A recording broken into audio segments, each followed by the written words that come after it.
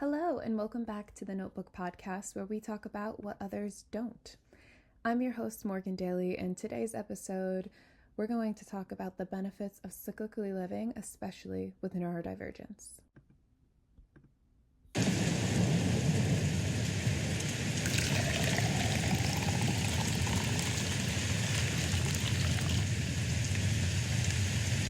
Neurodiversity is such a powerful identity, community, bit of psychology, and of our communication in this society, because it better encapsulates the valuable diversity we have in the way that our minds function and process. To quote Elizabeth Wicklander's TED Talk on her autism journey diagnosis, without acceptance and understanding for the real me, I would have never truly been happy. Learning to verbalize your needs, recognize and accommodate your limitations, and build upon your strengths is paramount for everyone, but especially those that process in a manner fundamentally different than how our society is arranged. This is why many of our greatest minds, inventors, artists, or scientists were neurodivergent. Our experience of the world is viscerally and fundamentally different, but also vivid and intense. It's estimated that around 15 to 20% of the global population is neurodiverse.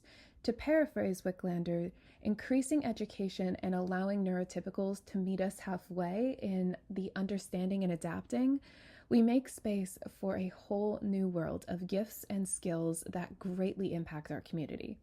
We find that many neurodiverse individuals mask, but it's an exhausting task to accommodate all aspects of self into a routine built for a neurotypical and a hormonally male mind.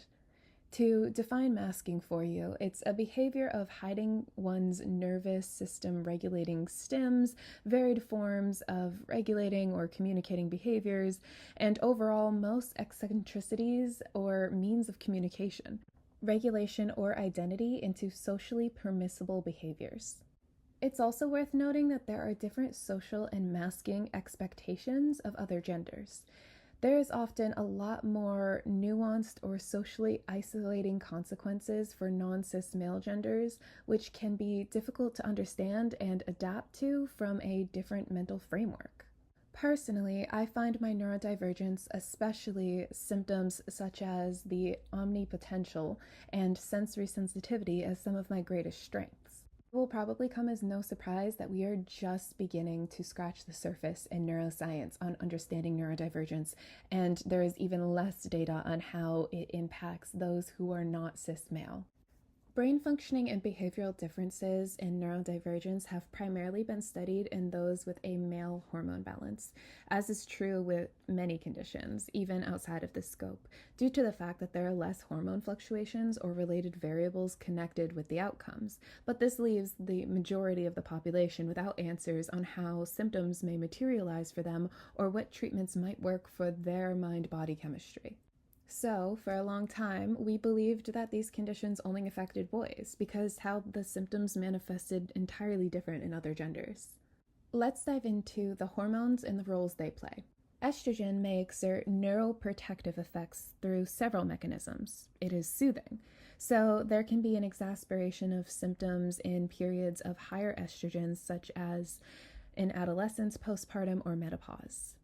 Think of how often those who are biologically female form attachments hormonally through oxytocin, an emotional connection, communication, and touch, whereas those biologically male also have vasopressin and will feel more attachment with reward, a challenge, and completing or obtaining of a task.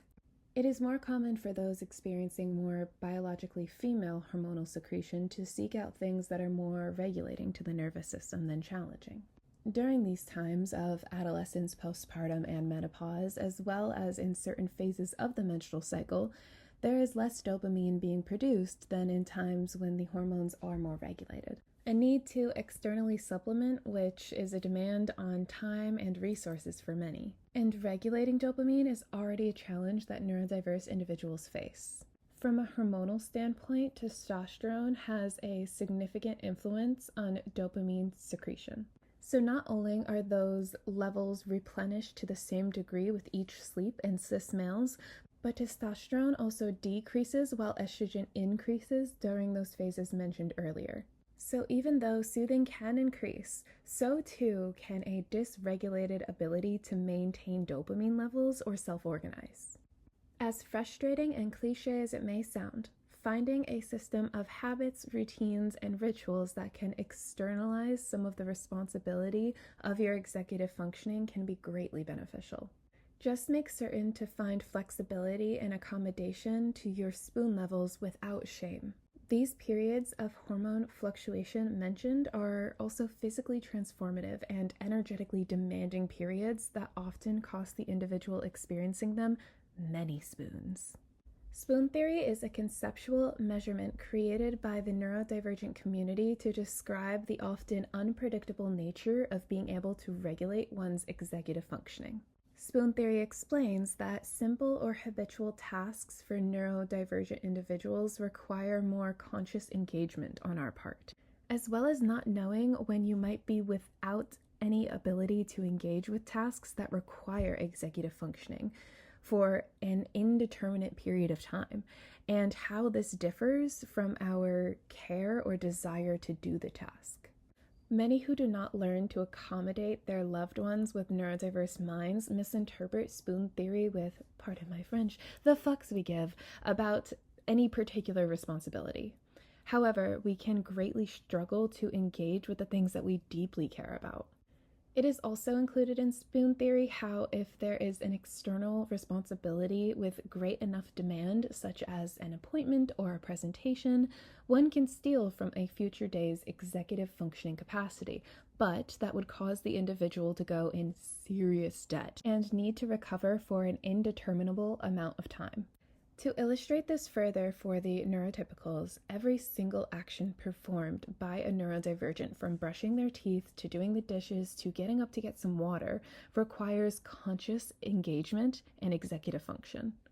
And it can cost even more energy when it is a repetitive, boring, or regularly performed task. But this is also why some of our most creative thinkers and problem solvers are neurodiverse. Returning to the hormonal differences as spoken about in Misunderstood's video on ADHD and hormones, there is documentation of medications often prescribed for ADHD being prescribed for arousal or orgasmic dysfunctions as well. As many neurodivergents have experienced an overlap in the difficulty staying focused or engaged in sexual acts. It can also be assumed that this has great influence, as well as the variations in sensorial experience, in the overlap between the neurodiverse and kink communities. Hypersexuality, asexuality, and gender nonconformity presents in higher rates in neurodiverse groups. Hormones, as defined by the Oxford English Dictionary, are a regulatory substance produced by an organism and transported in tissue fluid, such as blood or sap, to stimulate specific cells or tissues into action. Optimal amounts of testosterone are best for regulating executive functioning, while high or low amounts can add challenge. Estrogen is vital for the health and functioning of minds, so the fluctuation of the hormone in a cycle can cause your executive functioning to fluctuate as well. Dysregulation is possible whenever there are fluctuations with the amount of estrogen available in our systems. And many individuals with a uterus report more difficulties with managing executive functioning in times of higher progesterone levels, such as the luteal phase. This can cause increases in inattention, impulsivity, and emotional dysregulation. Abnormal cortisol levels, or the stress hormone, have been associated with ADHD symptoms. Low cortisol levels increase inattention, whereas altered cortisol reactivity may be associated with hyperactivity or impulsivity. Much research is still to be done. For an individual with ADHD experiencing their luteal or menstrual phase, it can and often will affect your symptoms and management of emotional regulation, negative self-talk, and sensory issues. Tracking symptoms is another resource you can utilize to help prepare for extra self-care and more accommodations to manage these symptoms. One of my favorite recommendations is the add an hour theory once you begin your luteal phase. We might protest the concept with the energy of ovulation and the mindset of hyper-independence or hustle culture.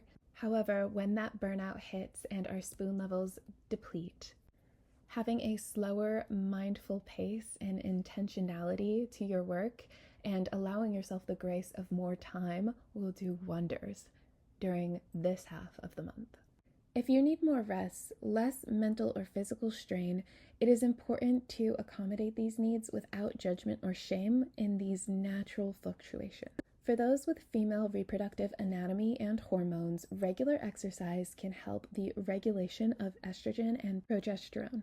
This can help reduce symptoms of periods defined by hormonal imbalance such as menstruation or menopause. Exercise also influences cortisol levels. While acute exercise can temporarily increase levels, regular physical activity helps lower baseline levels. It can also improve chronic stress as well as the body's entire stress response. Consuming regular amounts of healthy fat is essential to hormone production, especially the sex hormones. A diet consisting of high fiber, or at least 25 grams each day, supports healthy digestion and thusly hormone balance and the removing of excess hormones. It also reduces the risk of cancers and other health concerns. You get fiber from a diet of fruits, vegetables, and whole grains. Other recommendations that I recommend discussing with a healthcare professional would include supplementing gentle iron in conjunction with a vitamin complex to aid with absorption. Where it is manufactured is paramount. Sourcing matters when it comes to finding a supplement with no heavy metals.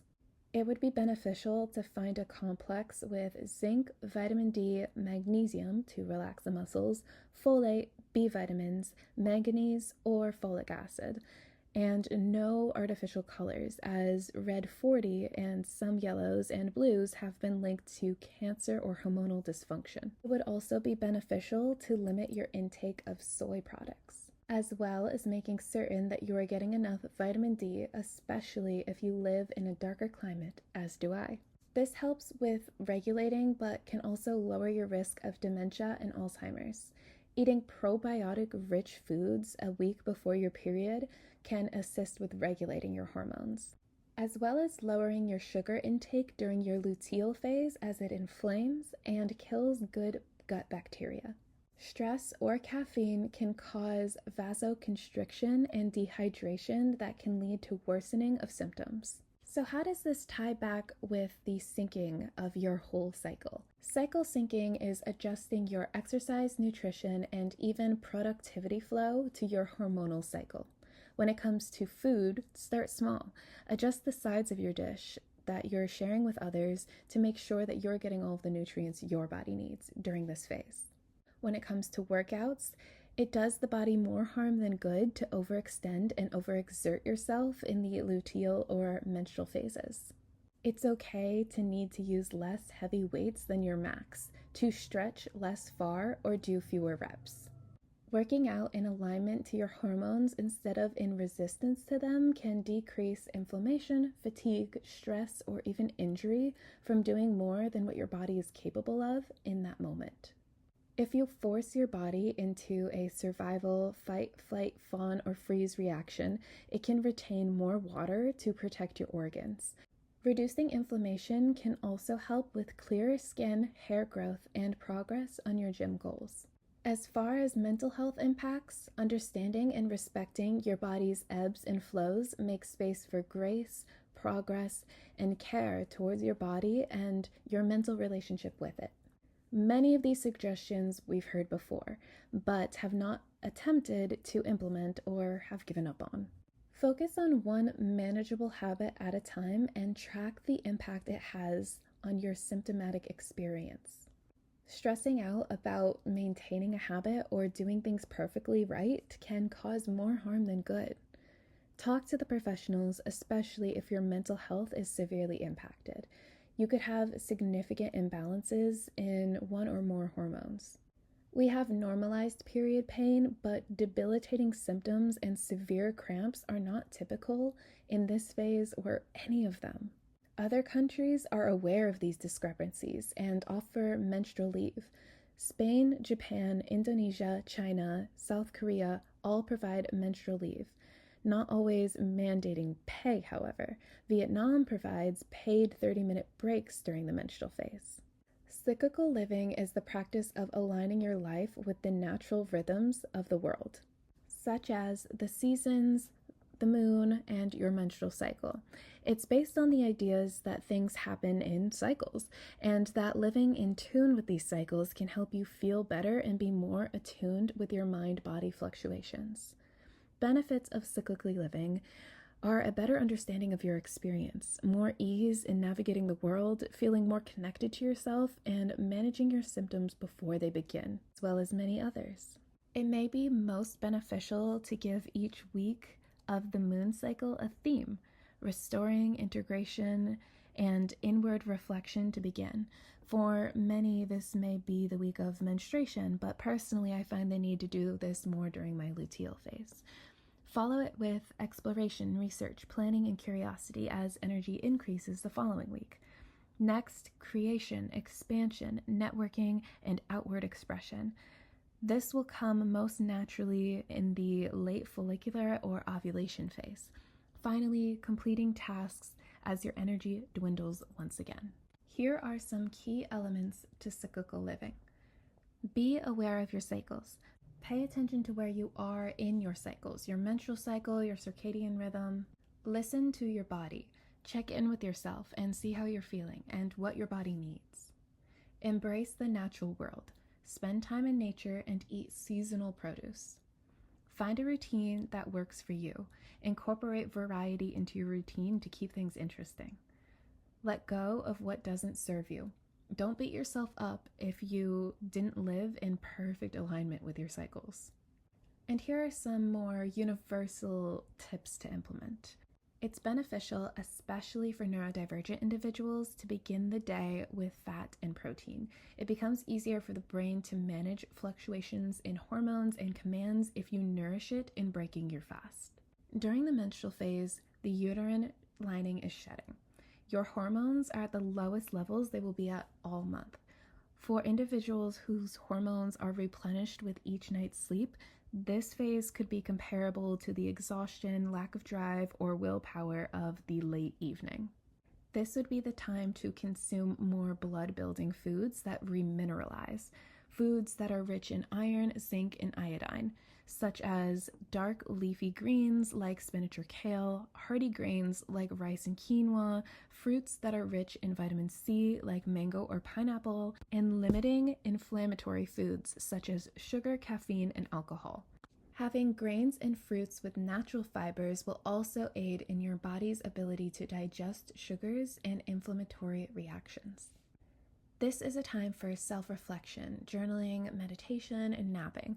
Honestly, this would be beneficial in any phase, but more introspective activities. I like reading, watching movies, sitting out in nature, or planning ahead for all of the adventures or creations I want to partake in for the next month are best set for the last few days of your luteal phase and throughout your menstrual phase. Physically, this would be more of a time for yoga or mindful walks. During the follicular phase, your body increases with energy as it does with both estrogen and progesterone. This is often the longest phase. Each are not equal in length. As your body prepares for ovulation, it's important to maintain a diet of proteins and carbohydrates. This is a time for nutrient-dense meals such as oatmeal, soybeans, peppers, and lentils. Foods that can aid in the body's metabolizing of estrogen would include broccoli sprouts and pickled vegetables. The follicular phase is the time to set goals and initiate them, to positively affirm, to nurture yourself, and start pursuing projects to feel out how they will expand. This would be the time for strength training, higher intensity cardio, or resistance training. Ovulation is a relatively short phase, though it is still possible for pregnancy in other phases, most particularly if you were sexually active in late follicular phase. Your estrogen is at its highest quantity in the body and can have an appetite suppressing effect. It's important to still nourish your body as it's beginning to burn this energy and your mind during this ultra social and productive time. Your testosterone and progesterone will continue to rise, and it's important to support the body's functions. It can be a time of less carbs, but more fiber, iron, and antioxidant-rich foods, such as nuts, leafy greens, guava, and berries. This is a time for lighter and more frequent meals.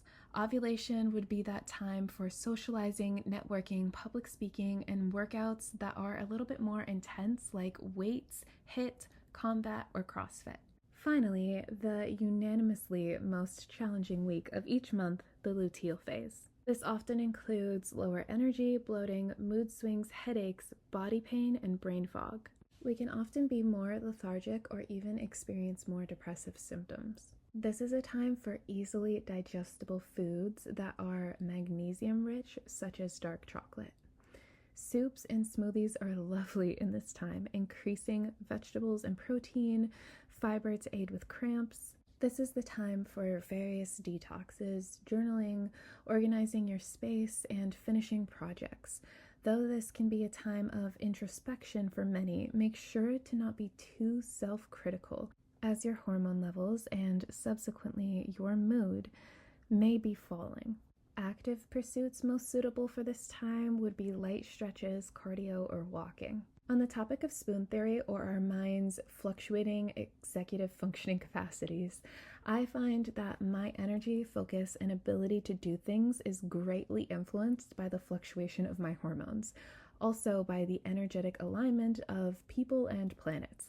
But that's a podcast for a whole nother day.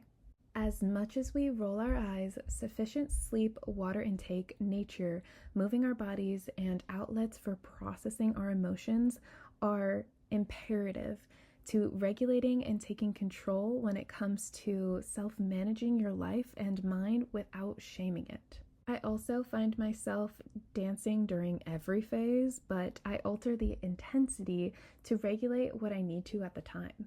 Herbal teas and tinctures can also help regulate systems in the body, but that too could also be a podcast for another time. It's also important to note that many of us are subject to a society, country, work, or school that is in a set routine for those who will have the same ability to show up and produce each morning.